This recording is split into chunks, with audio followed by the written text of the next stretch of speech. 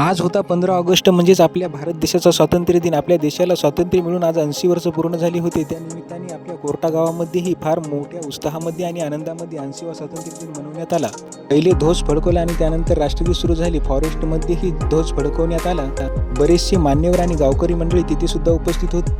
मग मला आपला मित्र पी.के. रावण भेटला. मोठा ब्लॉगर आणि एडिटर आहे. त्याने मला थोडं समजावून सांगितलं. त्यानंतर आली आश्रमशाळेची रॅली. आश्रमशाळेची रॅलीमध्ये बरंच काही विशेष असते दरवर्षी. आश्रमशाळेची रॅली बघण्यासाठी सर्व गाव एकजुटीने एकत्र होते. त्यानंतर या रॅलीने संपूर्ण गावामध्ये प्रभात फेरी मारली आणि आपल्या जिल्हा परिषद शाळेमध्ये सर्व एका जागी जमा झाले. जिल्हा परिषद शाळेमध्ये सांस्कृतिक कार्यक्रम आणि भाषणाचा कार्यक्रम पार पडला आणि त्यानंतर आश्रमशाळेची रॅली परत आपल्या आश्रमशाळेवर जाण्यासाठी निघाली. तेवढ्यामध्ये एस टी आली. एस टीवाल्या दादाने हात दाखवला. मग आपल्या गावातला काही कार्यक्रम या ठिकाणी पार पाडला आणि त्यानंतर फॉरेस्टवाल्यांची बाईक रॅली होती कोर्टा ते चिखली. मग त्यांची रॅली निघाली चिखलीच्या दिशेने. अशाप्रमाणे आपल्या गावातील आज स्वातंत्र्य दिन पार पडला.